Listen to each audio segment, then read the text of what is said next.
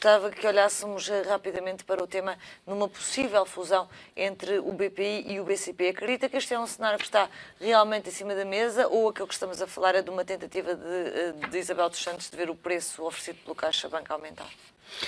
Bom, eu julgo, não sei, nem temos elementos para podermos concluir uma coisa ou outra. O que eu sei é que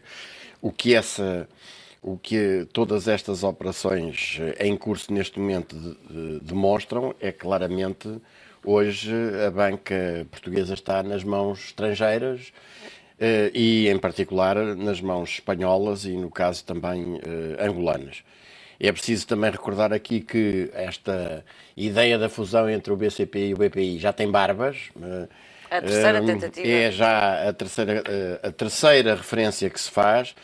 A verdade é que, com fusão ou sem fusão, nós vamos continuar a ter o mesmo problema, que é uma banca completamente nas mãos de mãos estrangeiras, subordinada a interesses que não têm nada a ver com os interesses estratégicos nacionais e, portanto, aquelas medidas que sempre têm defendido, que é necessário nacionalizar a banca, ligado a essa questão à criação de uma moeda própria, à saída do euro e à colocação da tropa na banca para garantir a circularização da moeda e a banca como investimento da atividade produtiva e de um plano de desenvolvimento da economia nacional permanecem absolutamente de pé e nada destas medidas tem que ver com o essencial da questão. Eu vejo já aí uns comentadores, enfim, há comentadores para tudo, desde os do domingo até os dos dias de semana, mas uns excitadíssimos com sinais de elevação do preço das ações, como se isso significasse, digamos, um ganho de saúde financeira da banca portuguesa que está no essencial toda tecnicamente falida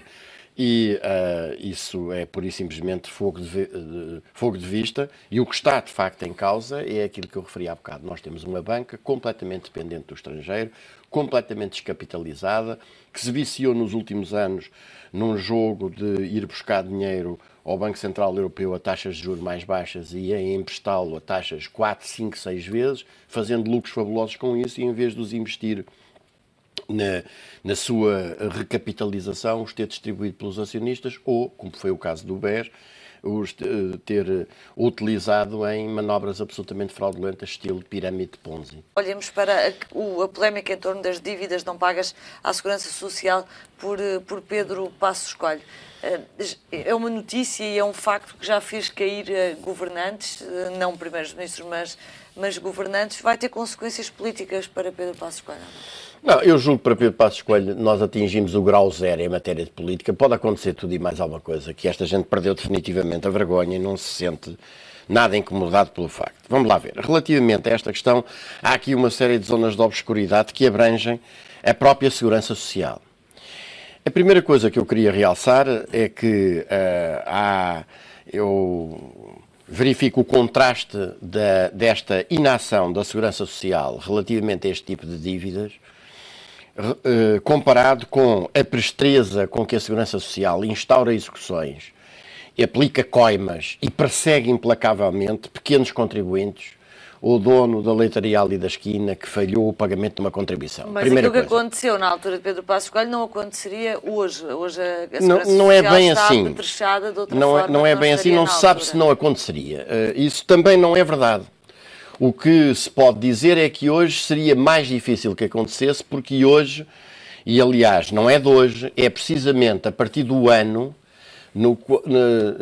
a partir do qual cessou a situação de falta de pagamento de Pedro Passos Coelho. É muito curioso. É em 2004 que o Fisco e a Segurança Social começam a cruzar os respectivos dados e, portanto, o mecanismo de detecção de situações de incumprimento é mais eficaz. Curiosamente, é a partir daí não que sei Pedro precisar se ele não se emprega por conta de outrem a partir não é, eu estou a registar o facto de que a partir de 2004... Uma das justificações pode ser que ele passou eu estou a registar o facto de que, a partir daquilo que me disse, que é, bom, mas agora estas situações não ocorreriam, não é verdade. Ainda hoje é possível nós chegarmos, por exemplo, a processos de insolvência e verificamos que, em relação a grandes devedores, a Segurança Social não instaurou execuções, às vezes com dívidas, eu sei do que é que estou a falar, estou a reportar-me a processos de insolvência com dívidas de centenas, às vezes, de milhões de euros, relativamente aos quais não foram instauradas execuções. Aliás, fazendo escapulir os respectivos responsáveis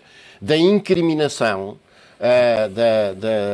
da sujeição a um processo de crime, que prevê como elemento de verificação do tipo criminal da fraude, que é o facto de tendo sido notificado para proceder ao pagamento, não o ter feito. Portanto, se a Segurança Social decidir tratar como amigo alguém, um grande contribuinte, e nunca o notificar, ele nunca está incerto na previsão criminal do abuso de confiança decorrente desta matéria. Primeiro ponto. Segundo ponto.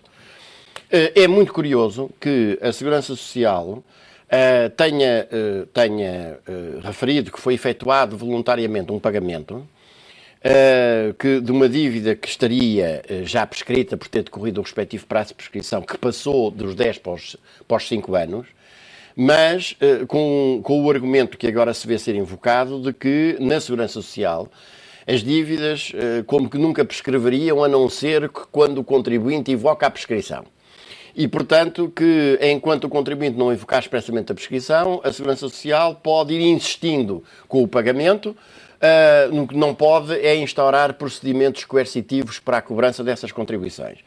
Mas se assim é, então resta por explicar também porque é que foi liquidada uma quantia em 2015 em que os juros de mora correspondentes ao período entre 2012 e 2015 não foram contabilizados. E porquê é que a Segurança Social esqueceu, já agora, de aceitar o pagamento e também de reclamar o pagamento relativamente ao período anterior a 2002, visto que há dívidas de 1999 a 2002. Mas não é esta a questão mais importante. Isto é para salientar que também a Segurança Social e o sistema de funcionamento da Segurança Social têm aqui, efetivamente, responsabilidades, não pode fugir. Um Primeiro-Ministro que vem invocar que não sabia que tinha que pagar contribuições à Segurança Social, se tivesse vergonha na cara, demitia-se no dia seguinte. Eu, hoje, por curiosidade, hoje mesmo estive a dar uma aula de introdução ao direito aos meus alunos do primeiro ano de Económicas do ISEG, e estivemos a falar sobre o artigo 6º do Código Civil, que diz muito claramente que a ignorância da lei não aproveita ao cidadão,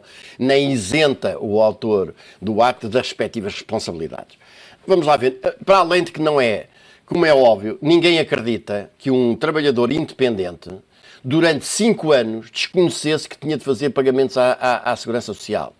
E, portanto, o que esteve aqui em causa foi, de facto, uma atitude, uma prática reiterada e continuada de fuga ao pagamento das contribuições que cessa no momento exato em que se sabe que foi posto de pé o sistema de cruzamento de dados da Segurança Social e do FIS. E fica à espera que passe o prazo da prescrição para se safar do pagamento dessa dívida. E apenas quando um órgão da comunicação social suscita a questão, vai a correr fazer o pagamento e depois vem dizer as explicações que nós todos ouvimos e que evidentemente são as explicações de quem sabe que foi apanhado em falta. E o problema que está aqui em causa é um Primeiro-Ministro que mente ao país, não tem direito a estar lá nem mais um segundo no exercício do cargo. Garcia Pereira, a verdade é que esta situação do Primeiro-Ministro vem na sequência de uma situação, se ligarmos estes factos políticos, vem depois do facto político, investidores chineses e a declaração de António Costa. Surge esta questão de Pedro Passos Coelho e Pedro Passos Coelho contra-ataca dizendo que poderá haver lapsos na vida contributiva dele, mas nunca dirão dele que houve enriquecimento ilícito ou favorecimento por ser político, aqui provavelmente numa alusão.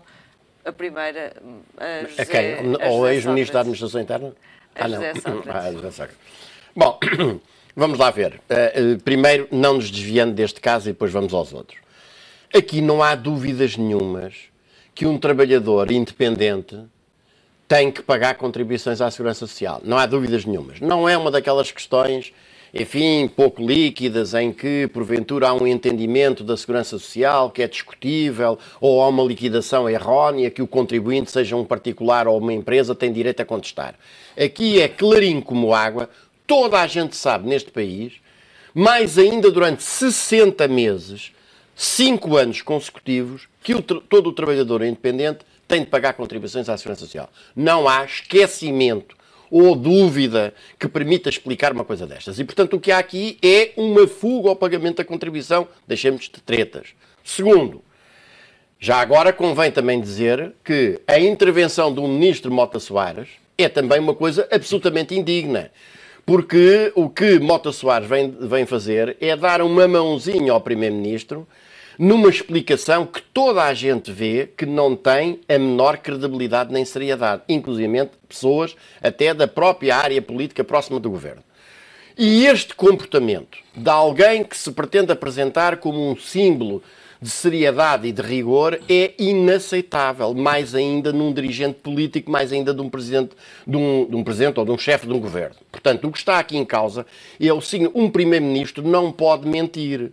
Se ele tem tomado a atitude de dizer, bom, de facto, eu não paguei, eu estive a ver se me safava, felizmente passaram os 5 anos de prescrição, depois fui avisado em 2012, outro facto está por esclarecer, certo? Ele foi avisado em 2012 e não pagou, apesar de saber que devia pagar. Só paga quando o Jornal Público pega na questão. Pronto. Portanto, isto, evidentemente, é a demonstração de uma atitude que é absolutamente indigna e que a mais elementar ética, se nós não tivéssemos chegado à rasteirice política mais ignóbil, deveria determinar que se demitisse. Quanto ao caso de José Sócrates e António Costa, ficará seguramente para outras núpcias. Mas lá voltaremos.